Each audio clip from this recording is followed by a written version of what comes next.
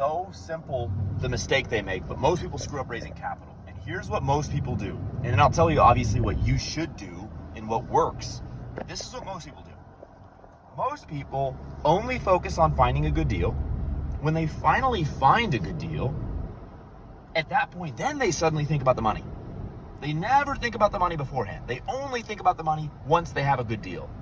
And so what they end up doing, because now they need a lot of money fast, is they go out and they tell the market, they tell lenders, they tell investors, I need $1 million, I need $500,000 in equity, I need this much money, I need that much money. And imagine if somebody came up to you and just asked you for $500,000. You go on the defensive.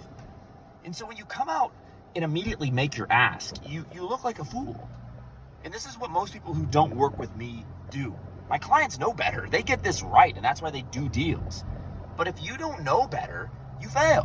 What you should do is build a relationship first. You got to be reaching out to lenders and investors well before you actually get a deal under contract. And even when you do get a deal under contract, you tell lenders and investors, hey, this is what I'm thinking about doing. This is the deal. This is why I'm excited about it. This is what's interesting me about it. We're going to go in diligence. We're going to investigate this thing, and I'll get back to you.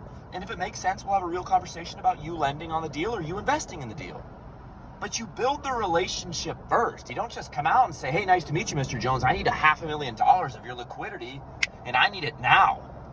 Write the check. I mean, maybe it sounds good if it's a Hollywood movie, but this isn't Hollywood. This is real life.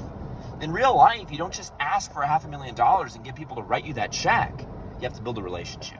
So this is really the difference between my clients and how they get results versus everybody else on the internet who thinks they're figuring it out, and candidly, they get little pieces here and there and they don't put it together. And some people are smart enough to figure it out, but by and large, this is what you see is people get 60% of it right, but that final 40%, or even they get 80% right, but that final 20% is what gets them in hot water, and they wonder why they never close a deal. It's because you're missing the details. The details are what make you a lot of money. That's the truth.